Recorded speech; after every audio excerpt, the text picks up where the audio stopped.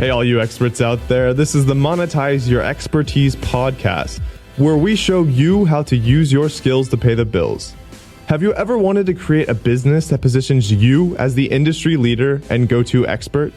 Join me every week to hear from amazing leaders and entrepreneurs who have successfully refined their skills in order to become experts and create extremely profitable knowledge businesses. To find all of the links and tools mentioned in this episode, just go to myepodcast.com. I'm your host, Grant Weherley, the online course guy, helping you every week to monetize your expertise.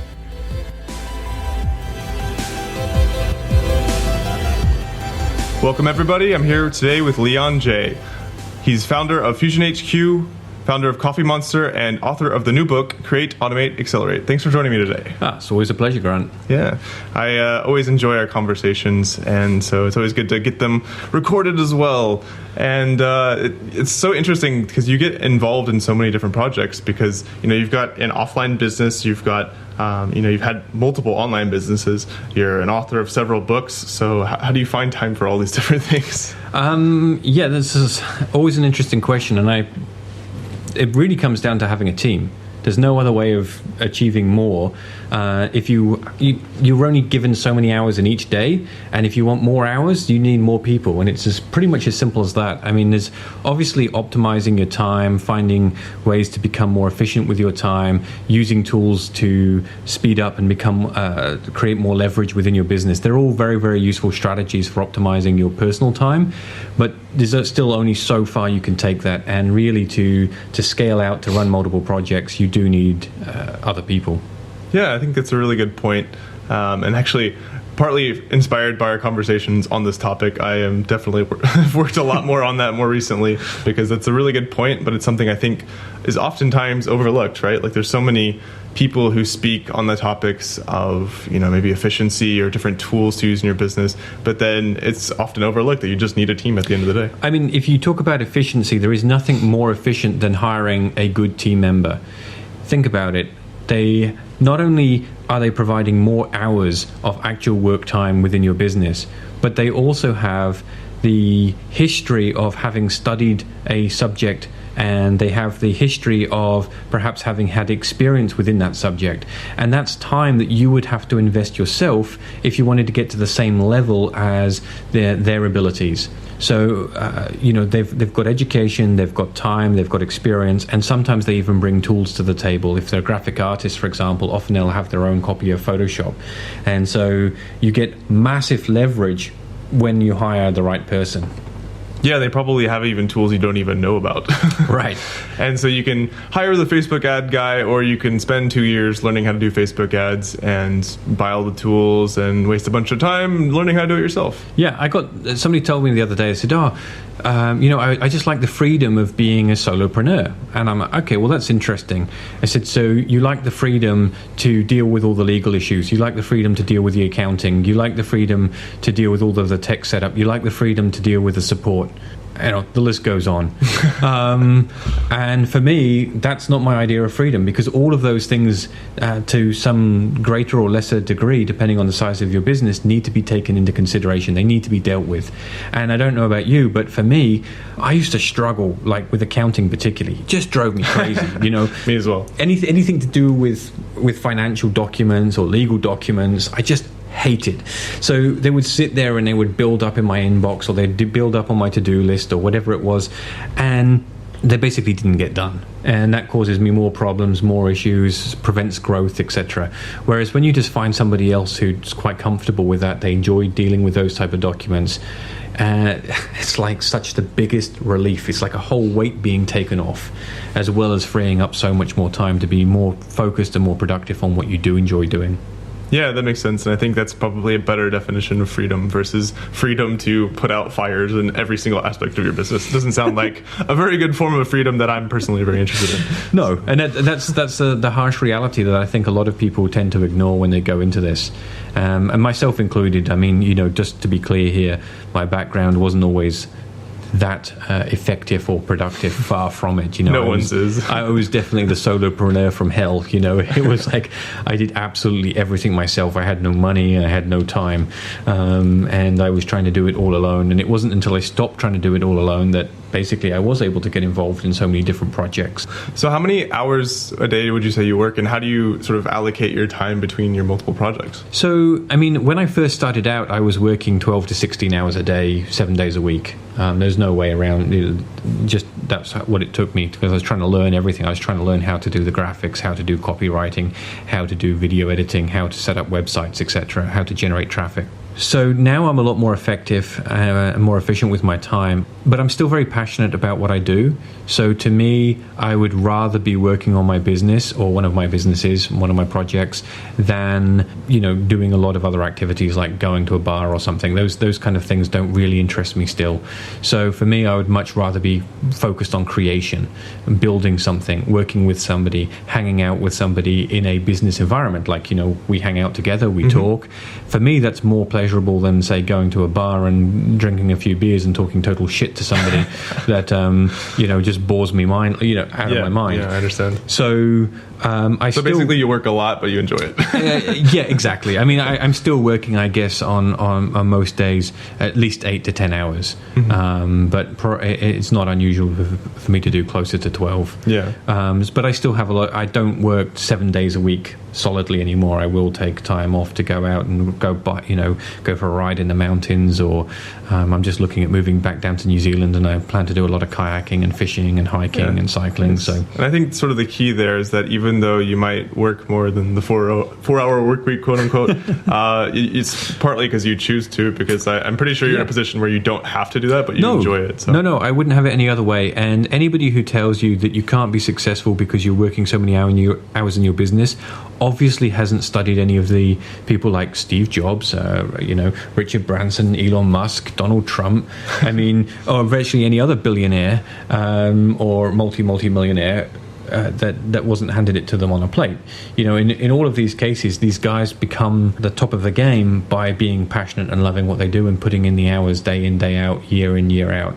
And they don't have to. It's because they choose to. It's because they love doing what they're doing, and they have a purpose behind what they do.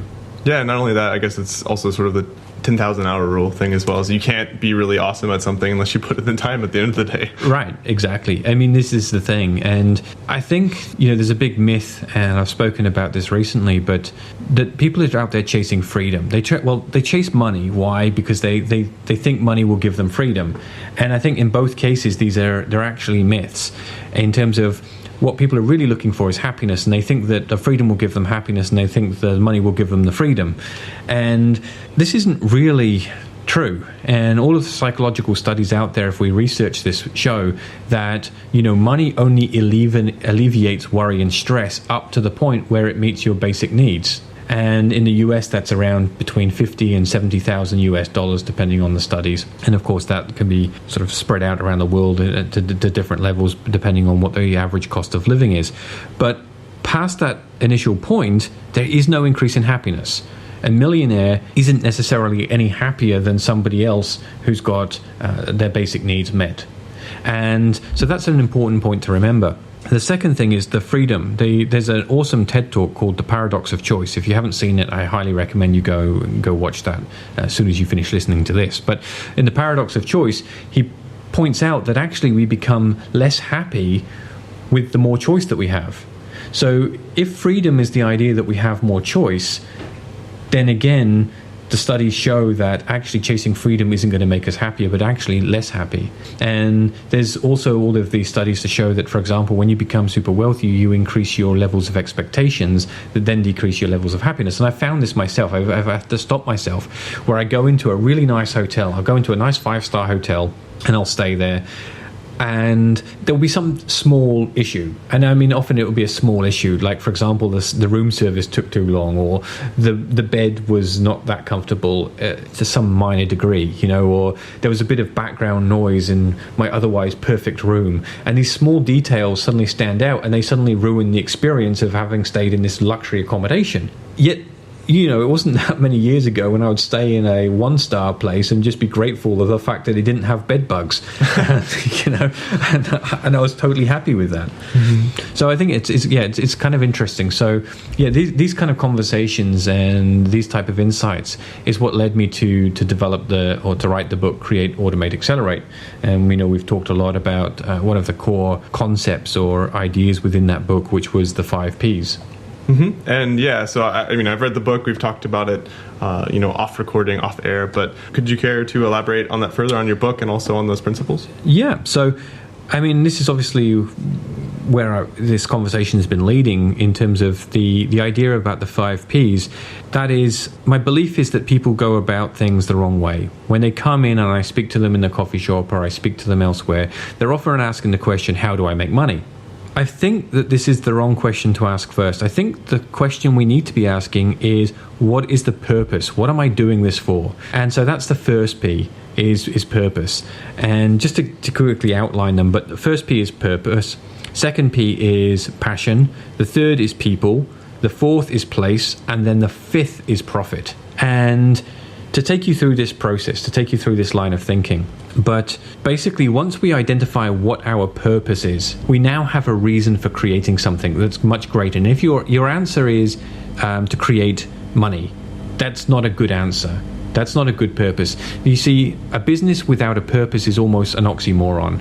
Business needs to have a purpose. But if the only purpose it has is to create money, then it lacks any real meaning. And people need to have meaning inside of the businesses that they interact with. People don't want to interact with a business that's only objective is to make money from them. Right? None of us like that feeling. And I think on a personal level as well, just to interject for a second, if your sole purpose in life is to make money, I think it's beneficial to reflect on the point that money itself is inherently valueless. It's a piece of paper, right, and its only value comes in what its purpose is, what it can help you achieve. Right, and these days it's not even a piece of paper, it's just a piece of a number in cyberspace. A 1 and a 0. It's an electron buzzing around the internet somewhere. It's virtually nothing. So I see money is like the lifeblood of a business. It's extremely essential, and that's why it is a priority. It is one of the 5 Ps. It's just not the first priority. And in the same way that blood is essential for a human existence, we don't say I exist because of blood. It's like I can exist because of blood, but I don't exist for blood. I bleed, therefore I am. Right. So what's our purpose? And once we have a purpose, see, a lot of people talk about passion. The problem with passion is that nobody seems to know what their passion is. And I come across this time and time again where people say, I'd really love to live a life of passion, but I don't know what my passion is. Well, if you've got a purpose, you find passion. And this is what I've really discovered in myself and speaking to many other people now, is that when somebody has a big enough purpose, they become passionate about that purpose. They find meaning inside of that purpose that ignites the passion. And if they can now match that with a skill that they have, perhaps that's video editing, perhaps that's building teams, perhaps that's copywriting or marketing. Well, when they match their skill with their passion in alignment to their purpose, now they can start creating a life that they really enjoy. However, if you are still the person that's going out there needing to deal with the accounting, the legal, and the customer support and every other area of your business, then you're going to become overwhelmed because you're not doing what you're really aligned for. You're not really following your core skills, and you're not able to stay in that zone of passion the majority of the time. This is where you need to bring on other people. This is why the next P is people. Yeah, and I'll attest to the fact that if you're doing the aspects of your business that you're really passionate about, that really align with your purpose, it really gets you fired up and is energizing. And on the flip side of that, if you get stuck into the parts of your business that you shouldn't be doing, things like accounting or whatever it is, that's massively draining. And I can actually speak from just yesterday, because I had to spend the entire day doing a bunch of crap I did not want to do, that I don't like doing, but I was on a deadline. I didn't have a team member in place unfortunately, at that moment to quickly have the turnaround. So I was forced to do it myself, and I was like, I hate every second of this. Right, and it's, you're far from alone. Yeah. I mean, everybody I speak to seemingly has this experience, and we sometimes have to go through these experiences. But if you're not consciously trying to correct the problem, then you'll consistently experience the problem. Yeah. And I think the other point to make about passion is I find a lot of people have a misunderstanding, or at least they have a different understanding to me about the word passion. So passion is often believed to be something that you enjoy doing. And I think that's true to a point. But true passion also implies that you will be prepared to bleed for that passion. What I mean by that is, take for example a tennis star, right? Now, nobody wins Wimbledon by not having a passion for tennis, right? Nor do they win Wimbledon without sweating and a lot of pain along the journey. So it's their passion for tennis that enables them to go through those periods of pain, to really push themselves past the point of just simply having a basic hobby and having a bit of fun. I think that's a really important distinction, because you're right. I've heard so many people talk about the word passion, and it's actually so common. People confuse words like purpose, happiness, passion, etc. And so I hear people talk about passion or their purpose and complain about not having one because there's nothing that they enjoy in every single moment, because they have that perspective that to be passionate about something is to just revel in the experience of something, and that's not true, because nothing is like that. Totally unrealistic expectation. And there's nothing in the entire world that you can be that definition of passionate about at all times. You can eat the best food in the world, but eventually you're going to be full and you're not going to want to eat anymore. Exactly. And this is the thing, right? So it doesn't matter if you look at musicians, if you look at actors, if you look at businessmen. In each single case, they may be passionate about what they do in their business. They may be passionate about their business or their sport or their career, their acting career or their music. But in every single case, they will experience pain on the way to achieving success. It's not that they enjoy every single minute of every bit of practice.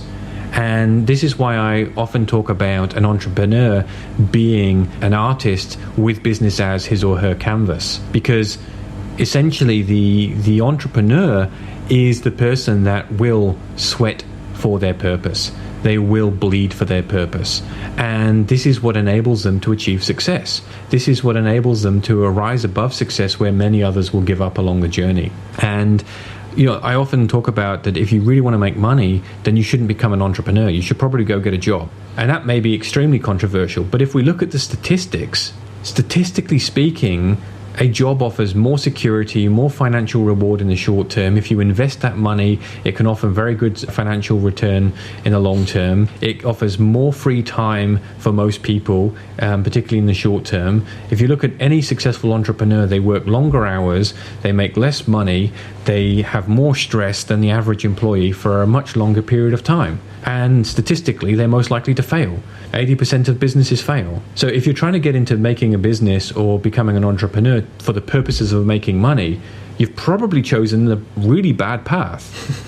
And that's not what anybody wants to tell you, because they want to sell you their courses on how to make money. But that's the reality. The statistical reality is out there for anybody who chooses to take a look. The stories, every single story you choose to take a look of success, if you dig deep enough, you will find the pain and the suffering and the financial stress and hardship in the early days. It's there for everybody if you just choose to go and read it. But nobody wants to talk about that story. Yet that's the reality. And this is what makes me kind of sad about this industry, because everybody's out there trying to sell the dream, but nobody's taking a look at what does it take to achieve it.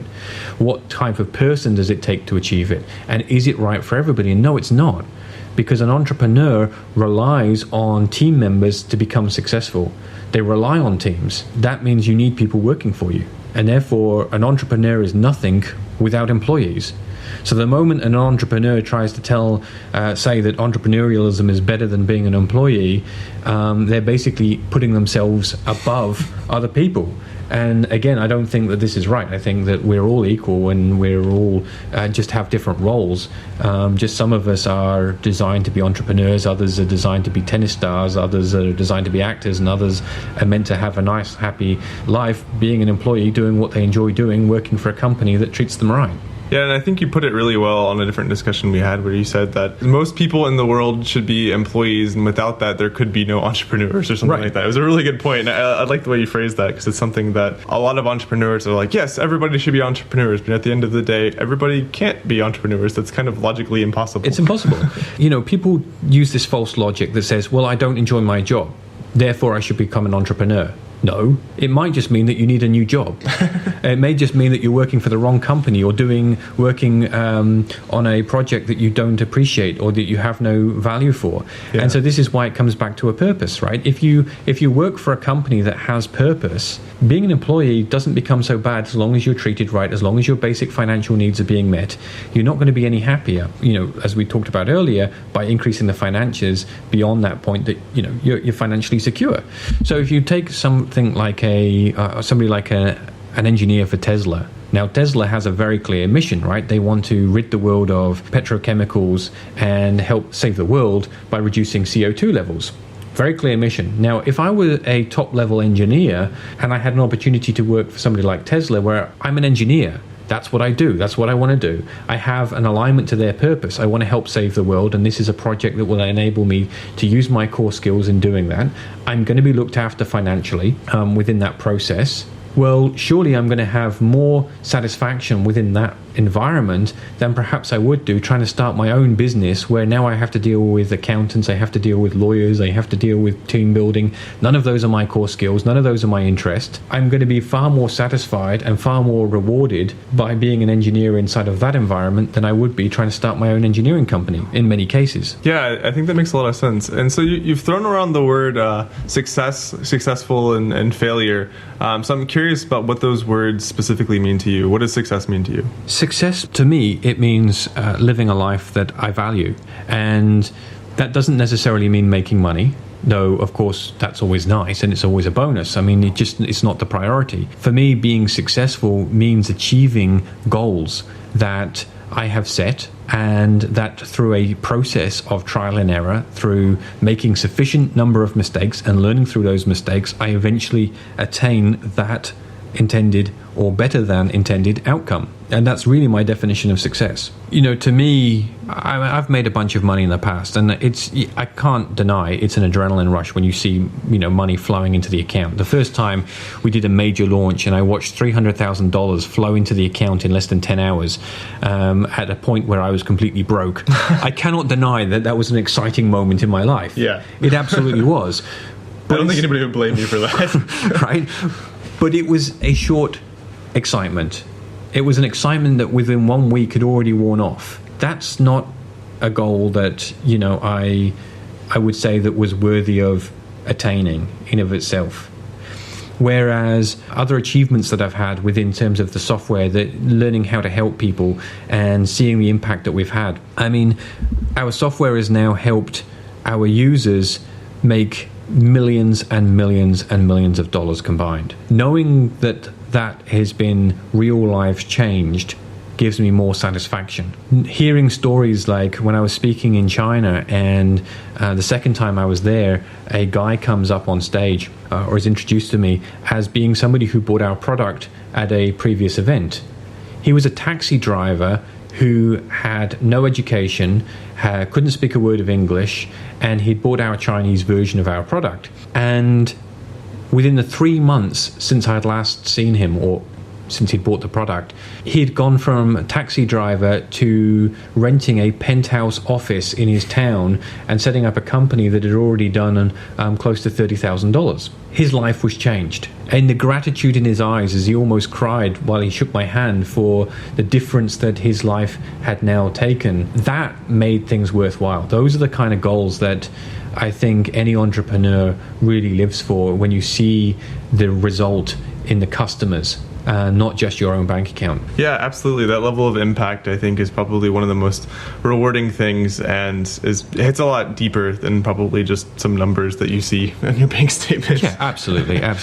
And I mean, the other thing about having a really good core purpose is, as we talked about, you need a team. You need other people around you unless you want to do all of the hard work yourself. I talk about there's only two ways to automate anything. Either basically machines, which is like, computers, which you can use software to program that machine to do what you want it to do.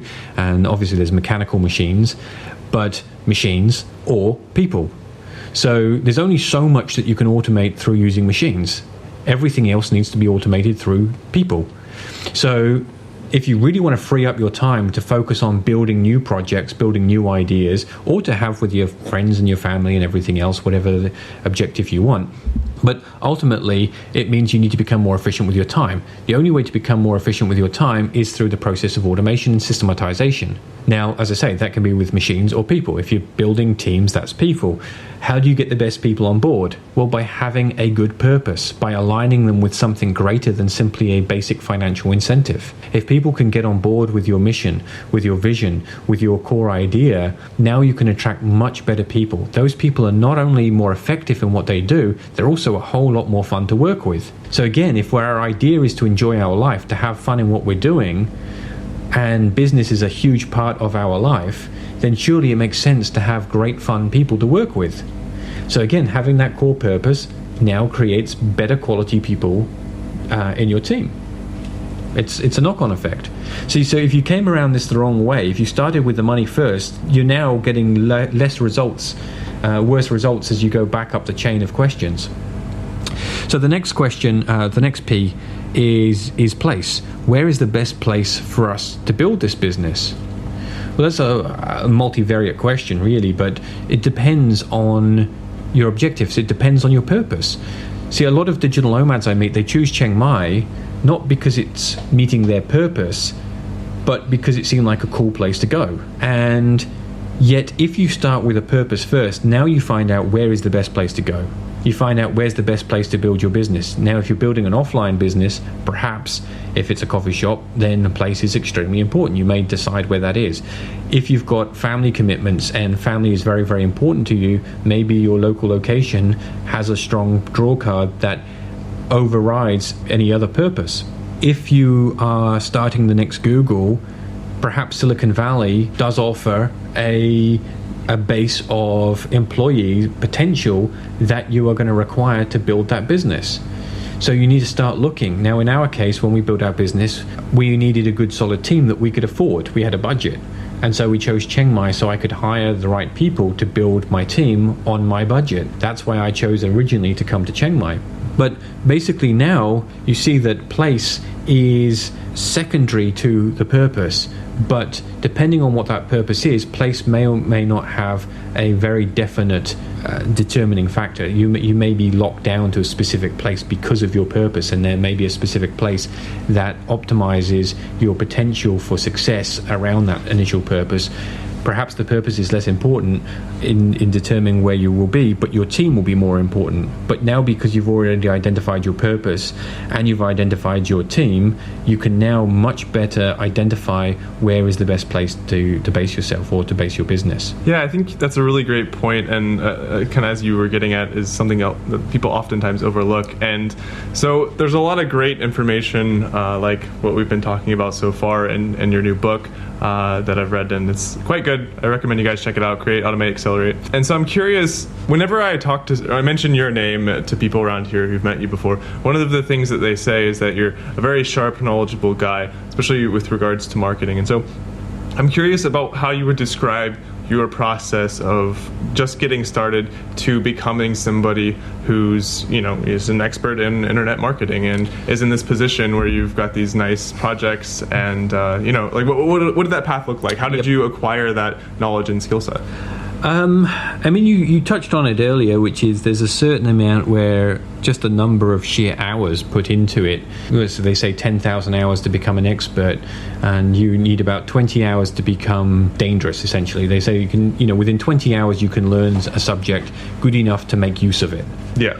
And I think that's true. In 20 hours you can study a few books, you can study a few courses, and you can get a good grasp on the main core marketing principles. Mm-hmm. But I've been in this industry now for over 10 years, And during that time, I've read every single book I can lay my hands on. I've been to multiple different events. I've built up a network of various other internet marketing and offline marketing experts that I now have the privilege of calling my friends, that we can sit down and we have conversations, we discuss and brainstorm ideas, we share it and swap results through pure experience and putting ideas into practice. All of this builds up, and I mean, it's just an honest answer here, but really, I never stopped reading, I never stopped learning, I never stopped networking, I never stopped sharing ideas with my peers, and I never stopped testing and trying out new ideas within our own businesses. Each of those consistently leads me to another level of understanding, and I think that's all I can say really. Is it's just being passionate about marketing and about business and studying as much as I humanly can, and then applying those ideas, because study alone will not get you to a level of expertise. Definitely a lot that you can learn, or that you will learn. I was very idealistic in the early days. I'd read a lot of books and go, oh wow, that makes a lot of sense. Wow, that's a really cool idea. And then you go and try it out, and then you'd realize the complications or the difficulties in implementing that, and then you become a lot more realistic about things, which that can only come through experience. Well, I think maybe it helps to be a bit idealistic when you're getting started and you're like, oh this is going to be easy. This is going to be so easy. I can do this tomorrow. Yeah, another good TED talk. Was it the optimism bias? I think, something like that. Oh, that's one I don't think I've listened to. Actually, speaking of TED Talks, Josh Kaufman with the 20-hour rule, I think he did a good job of outlining that, because most people have heard about the 10,000-hour rule, but not the 20-hour rule. Exactly. So, yeah. But the optimism bias is the fact that if we're too negative, we'll never start anything. If we're too optimistic, then we can have, basically, we don't predict the challenges that are going to face us, and we don't prepare for those challenges. And so there's a balance somewhere between being too optimistic and being too negative. So we have to have this optimism to overcome the inertia of the pessimism. But along the way, we need to recognize this tendency for us to be too optimistic, so that we then prepare for we've got to get in touch with our inner pessimist to prepare properly for the future. And if we are pessimistic by nature, then we need to get in touch with our inner optimist to be able to overcome that bias and gain momentum in the first place. Yeah, just don't become a nihilist. So actually I found myself doing absolutely leveraging what you just said, because whenever I start a new project, I definitely feel myself being very optimistic and like starry-eyed with what it's going to look like. Yeah. But I also realize that I don't double check that perspective when I first start things, because I also know it's very energizing. So I'm like, okay, I'm going to be optimistic and not really look too hard at my assumptions, and just use that energy to get started. And then later I kind of like hone in on things and realize the realistic way of. I mean, one of the most common phrases that I seem to keep coming across as I study more and more successful people, but is if I knew what it was going to take, I would never have started. Now that I've completed it, I would never change a thing.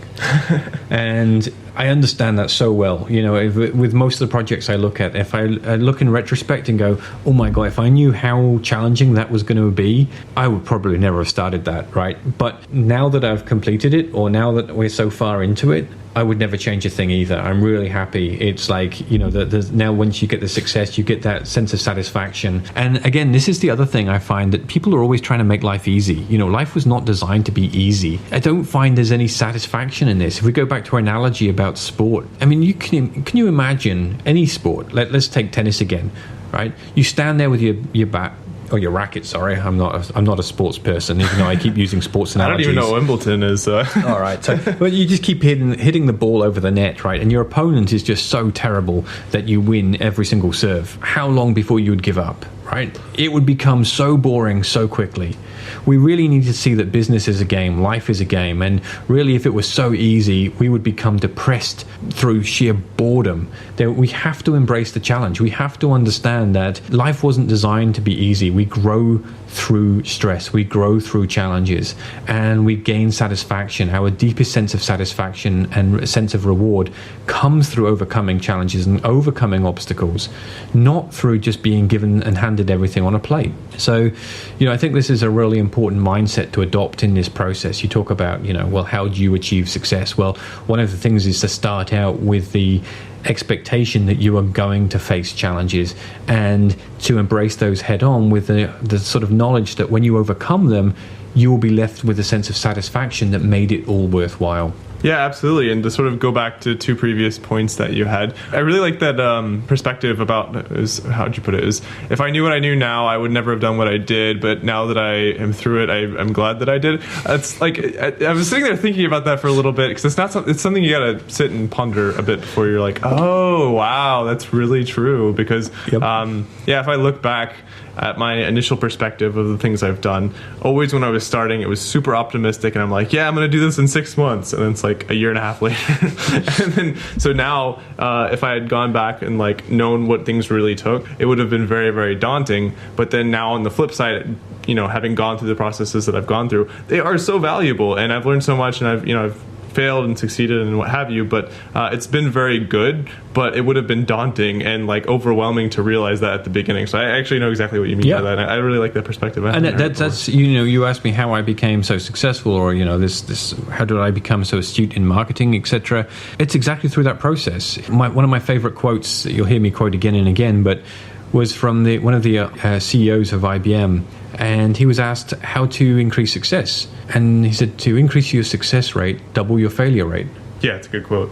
I mean, it was as simple as that. You have to increase your number of failures to increase your number of successes. And so unless you embrace them head on, then people always procrastinate out of fear that they're going to fail or they're going to make a mistake. No, just accept that you're going to make a mistake and get on with it. And then when you make a success, just have that knowledge, have that faith, have that belief in yourself that if you keep trying, eventually one of those attempts is going to become a success. And that's it. That's all you have to do. And along the way, just keep evaluating. Well, why did the last time not work? What went wrong that time? And as long as you keep embracing this process of failing and then reevaluating your failures to see what can I learn from that, and then trying again and readjusting your actions based off those learnings. And I think that's the critical point. It's not just keep trying the same thing again and again and again, expecting a different result, but try something, learn from it, readjust, then try again, fail, learn from it, readjust, try again, and that's how you become an expert. Yeah, I think it's a really good point. And another way I've heard it put that's sort of a similar concept is, succeed more by doubling your failure rate, or just ask yourself in the morning, how many ways and times can I fail today? Like intentionally try to do things that are so bold that they don't succeed, because if you're doing 10 really bold things and 9 fail and 1 succeed, that's a lot better than doing 10 really tiny, insignificant things that are all successes. Yeah. And I encourage this within my team as well. One of the things that I find, particularly in Thailand, very well yourself, that Thai people are very, very afraid of making mistakes. They're super paranoid about it. They're brought up in a culture that doesn't allow them to think for themselves. It's very much discouraged from childhood. So you put them in an environment and you ask them to make a mistake, and it's like a deer caught in the headlights. But we really do encourage it, and we retrain them to come up with this idea that there's no expectation for perfection. We just do not expect them to get it right every time. But what we do expect is that they try, they give it a go, and that they keep giving it a go, and that they're not going to get fired if they try and that they fail. They may get fired if they don't try, because we can't work with that. I need a team which is constantly making decisions on my behalf. Any business is basically the result of a series of actions that were made from a series of decisions. And when I realized that was really, really powerful. That was extremely profound for me when I understood this. Think about it. Any business, the success of any business is a combination or an accumulation of actions. The more actions that are created, the bigger a success can be. For each action, a decision was needed. And if you look at something like Apple, right? Apple is obviously big, huge success. How many millions and millions and millions of actions and how many millions and millions and millions of decisions were required? Do you think Steve Jobs could have handled all of that himself? Good point. Right? Of course not. There's no way that one person can make that number of decisions. And in fact, again, psychological studies show that we are only capable of making so many decisions in one day, after which we wear out. Our decision-making ability decreases. And we see this. They've done lots of studies that show our decision-making, even over something like our choices of what we eat, decrease. We're more likely to choose ice cream, even when we know we shouldn't, after a long day. because our ability to make decisions has been worn down. So again, if we understand that each person only has a capacity to make so many decisions, we realize that if we want a company to grow, or we want a business to grow, we need an ability to make more decisions in a shorter period of time. That means we need more people, and we need to empower those people to make decisions and encourage them to make decisions, because there's no way that we can do it all, not alone, and certainly not at a rapid pace. Yeah, and just to go back a second, I've noticed kind of what you were saying about how Thais are afraid of failure. And what's really interesting is that I've noticed in some situations, oftentimes these are the Thais who can't speak English, and they get really nervous about making some kind of mistake, and they just seem very agitated. And those are the people who usually end up making the mistakes. And it makes me, when I see that, I'm like, aw, and it makes me think of my own life when you're that caught up in avoiding mistakes, oftentimes you're actually much more prone to making a mistake. If you're driving really paranoid, you're much more likely to wreck. Well, as they say, if you fear failure and therefore you don't try, you've basically failed already. Yeah. It goes either way, for sure. I mean, you if you get so paranoid that you won't even try in the first place, you may as well just consider yourself a total failure on that particular path, that particular thing. So specifically, like in your own life, I mean, I'm sure you've had lots of failures, but when was a time where you actually felt like a failure? Oh gosh, I'm gonna go deep here. Go deep. My God, that's an evil question for somebody on the spot. No, but I think it's important because we've all been there, right?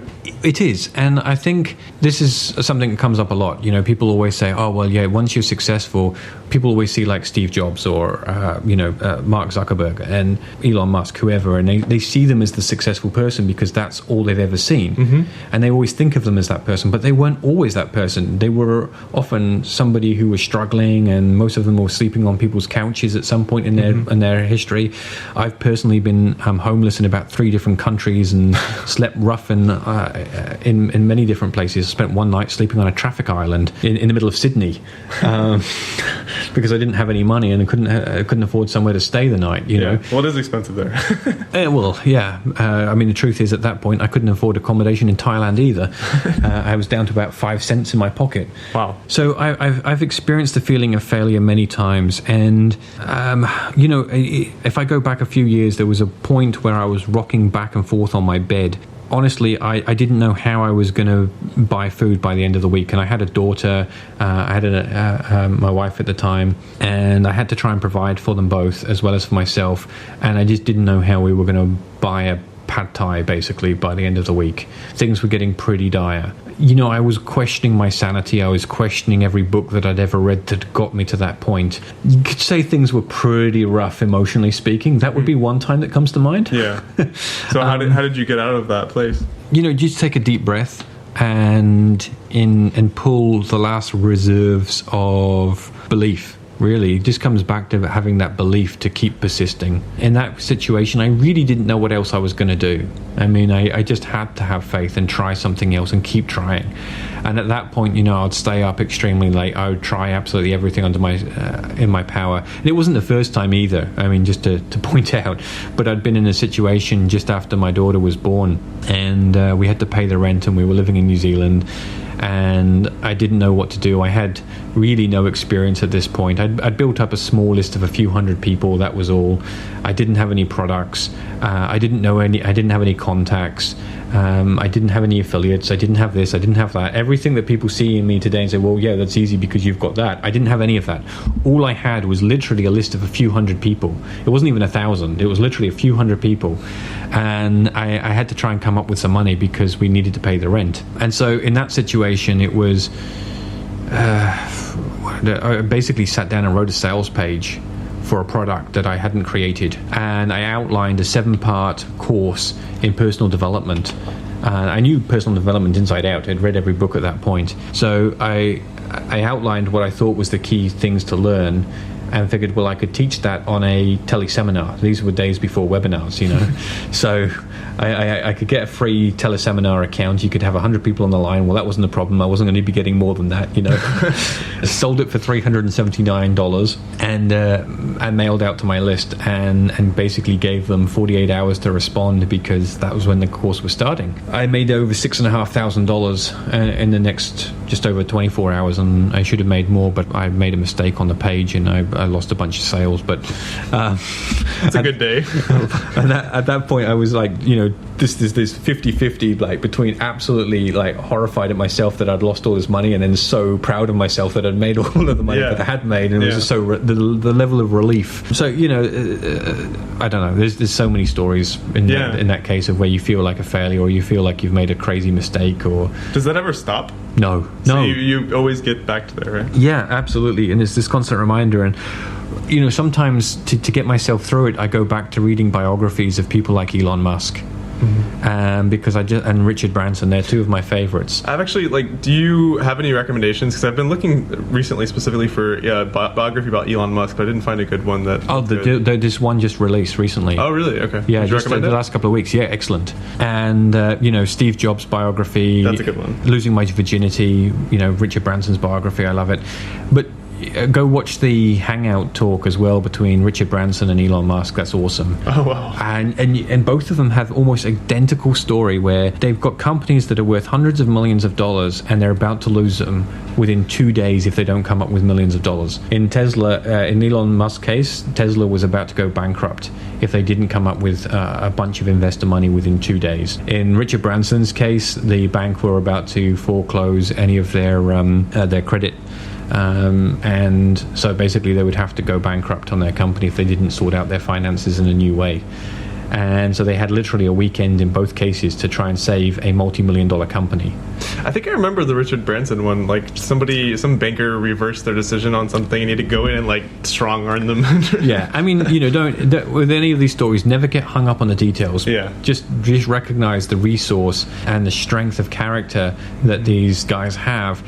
And then I put it back into perspective. And I come back and I say, I was stressed over a few $100 or a few $1,000 or, a few tens of thousands of dollars, whatever it may be. How about a few million or 100 million for the sake of your company? Right.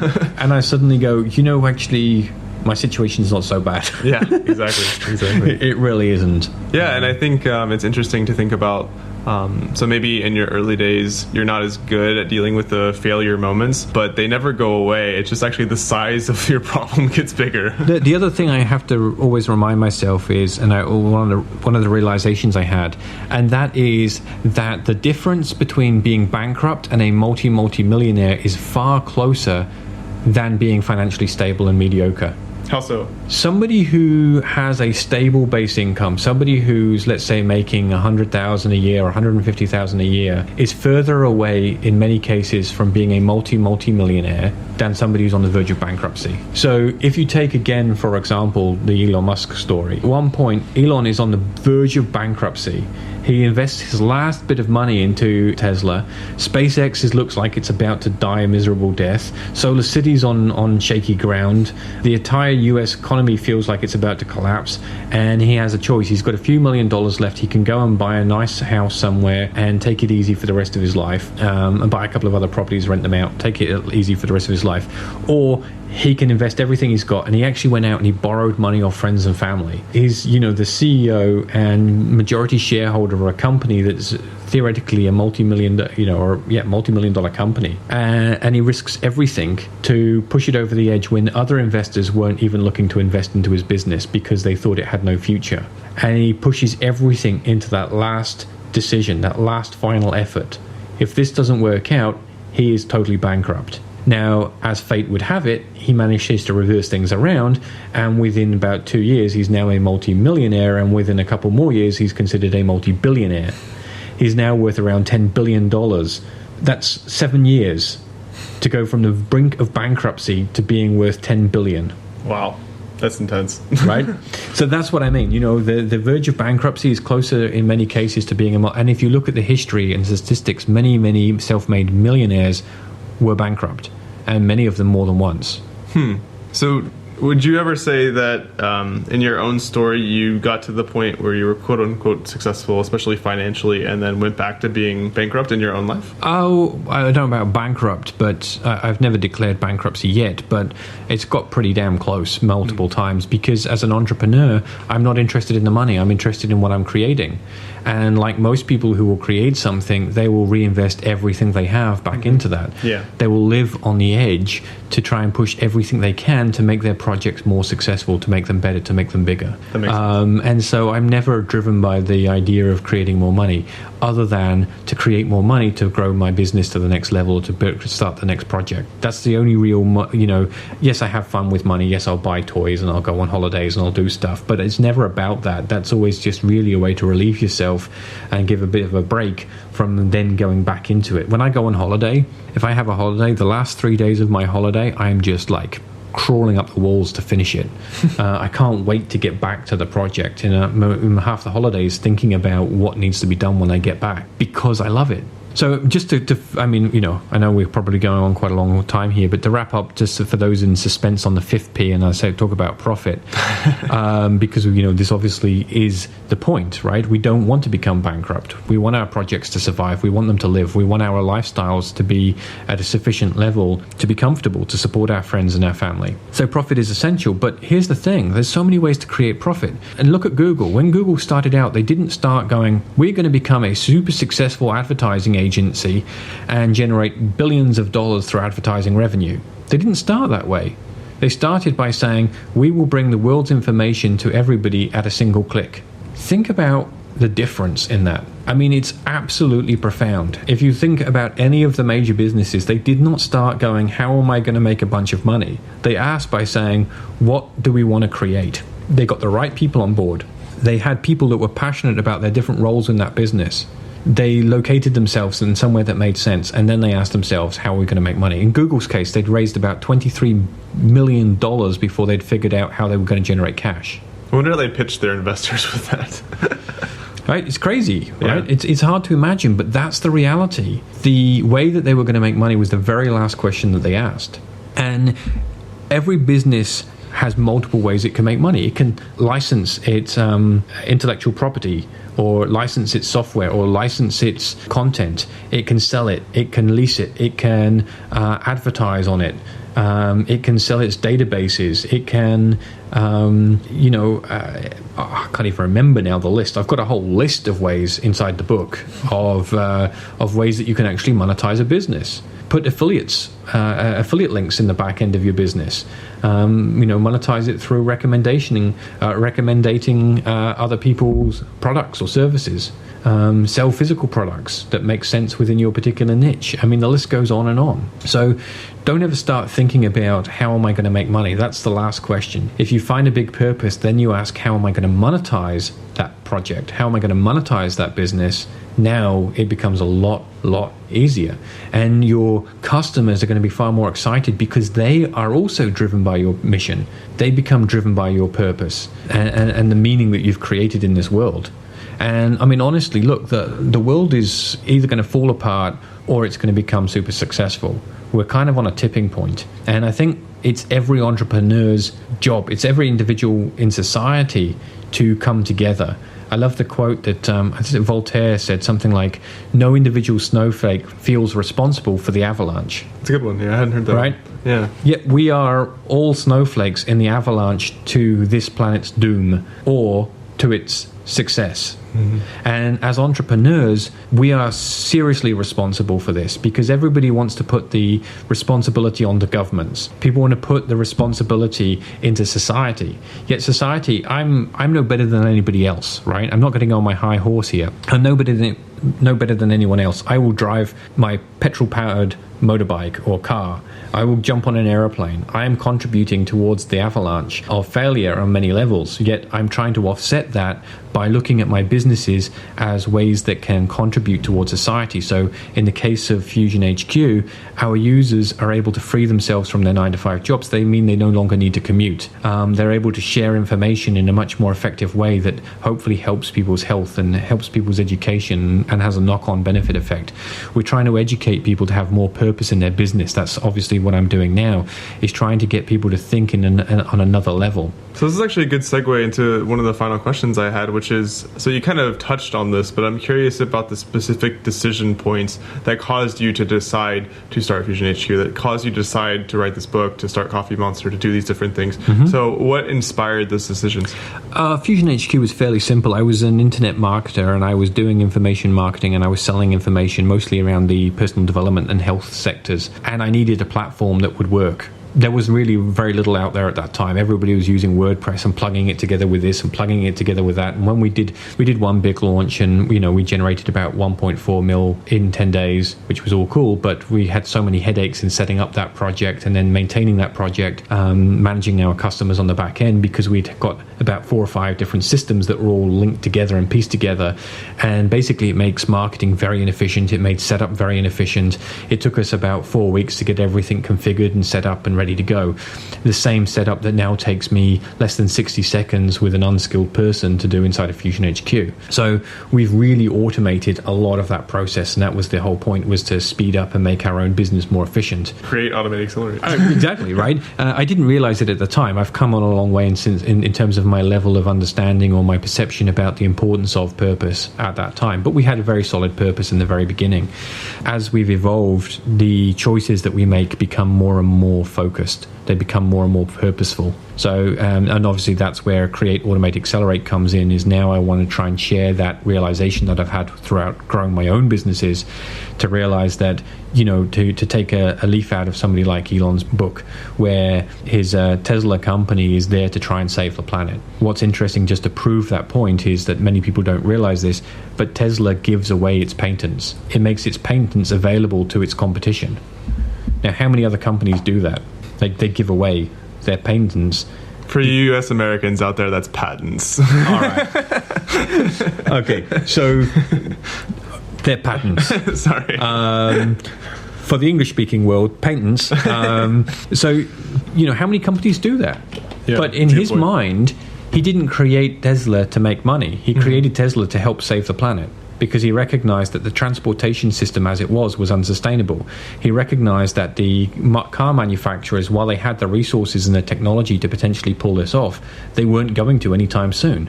And we didn't have time to waste. That was his perspective. We don't have time to waste. So he created the revolution of electric power cars, which we're starting to see, because now other manufacturers are starting to copy him. But what he's done is he shortcut their learning curve. He went in and he invested all his personal money to now shortcut that learning curve for the other car manufacturers. That seems like totally insane in the world of competitive business, but it's not what he's doing it for. And I think that's what we need to really use as a shining example. That's what I want to see people do and use as inspiration, to try and think about purpose as their primary driver for creating businesses, and recognize, just like Elon, at the end of the day, you can also generate a lot of money out of it. Good job, Elon. You've got your P's in the right order. He does. So just 2 quick final questions. I'm also a big fan of reading, as you mentioned you are as well. What are some of your favorite books that you'd recommend that people check out? Well, I've already mentioned a couple, I guess, biographies. I love learning how people think. A lot of people in this particular industry get a lot of their learning, unfortunately, from sales pages, and it sets the wrong mindset. Yes, it totally sets the wrong mindset. And sales pages are there to obviously convince us to buy something. Therefore, they're very biased. But if you look back and you see somebody's life through a biography, you see the choices they made, you see the decisions that they made, and how they think. And for me, that's been extremely powerful, understanding people like Elon Musk, Richard Branson, and Steve Jobs. So those 3 books are very much. Copywriting is a huge part of most of our businesses, whether we like it or not, in various formats. Cash advertising, Eric Drew Whitman, an absolute must. If you ever only read one book on copywriting, cash advertising has got to be the one. This is 2 weeks in a row. People have recommended that exact book. Really? Yes. And 80-20 Sales and Marketing, Perry Marshall, another very, very good book from an efficiency in your business perspective. Nice. And of course, Create, Automate, Accelerate. You're obligated to say that, but no, I've read it. It's a great book. Check it out. And so, final question. So what's next for you? Well, as I mentioned earlier, I'm heading off to New Zealand very soon, hopefully in a week or 2. And I'm relocating myself back down there for a while so that we can actually expand the company out and do a bunch of stuff based in New Zealand.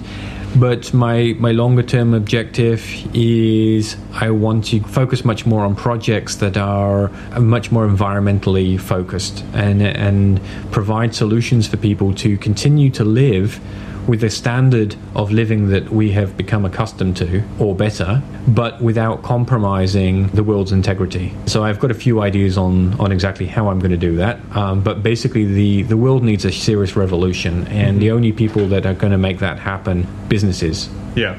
That's the bottom line. It's business. It's entrepreneurs' responsibility to save this planet, because it's up to us to create the solutions that replace the existing solutions that we have to providing the way that we live our lives. Yeah, and governments and nonprofits just don't cut it. Right. And I mean, hopefully governments will support those initiatives in the long term, but if history is anything to go by, it's the businesses and it's society showing its support towards those environmental initiatives that ultimately cause governmental change, not the other way around. So what are some specific projects you have in mind, if you don't mind sharing? Are they secret, still in the whiteboard phase, or? Okay, so just one thing I think is important is to learn to develop much better materials, bioplastics being a huge one. And 3D printers, I think, have a huge potential for the future in reducing wastage and transportation and storage.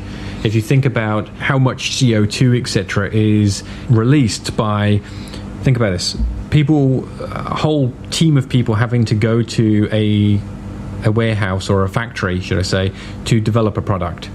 So they have to drive back and forth all the time. They get there, the amount of waste from the factory and the energy consumed by the factory to produce a product. Then it's put into storage. Then it's transported to the docks. Then it's transported across the world. Then it's put into storage again. Then it's transported to a shop where it's then put into storage and then eventually onto the shop floor.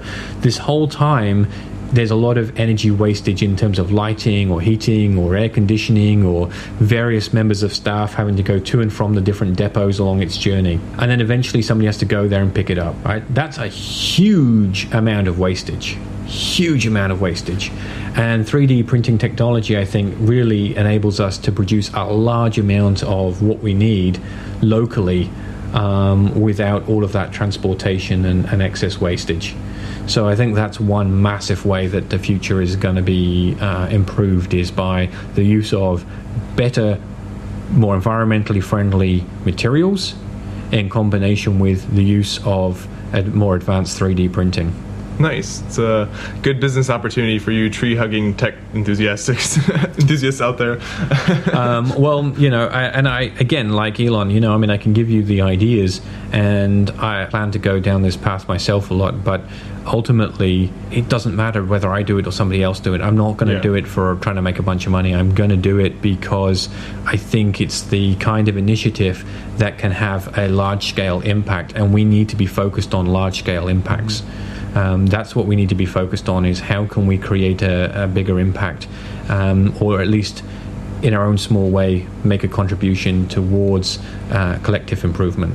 Yeah, absolutely. And I think specifically for the environment, somebody's got to do it here pretty soon, otherwise we're kind of screwed. So hopefully you get on that, or Elon gets on that, or somebody gets on that. But right, well, that's it. And I realized that, at the end of the day, for me personally speaking, I've gathered enough experience now to say that that's really where I should be focusing my energies. Nice. And New Zealand, I think, is a good place to see it, to be right in the natural splendor, to make sure you preserve it, right? Exactly nice. That. Cool. Well, thanks so much for joining me today. I really enjoyed this conversation, and to Likewise. Anybody who is interested in checking out your stuff, I know you got a couple websites, so where would you like people to check out your stuff? Just head to createautomateaccelerate.com and do the first thing, which is go grab a copy of the book. And from there you'll lead into everything else, I'm sure. Yeah, sounds good. Well, hey guys, make sure to check that out. It's a good book. I've read it. And thanks again for joining me today. Always a pleasure. Good luck, everyone. See ya. Hey entrepreneurs and experts, I just wanted to thank you for listening to this episode, and I hope you learned at least one new big idea that helps you evolve your skills and gets you closer to monetizing your expertise and creating that successful knowledge business. Make sure to hit that subscribe button on iTunes and Stitcher, and check out myepodcast.com for all episodes as well as the tips and tricks mentioned in this episode. Thanks again, and I'll see you next week.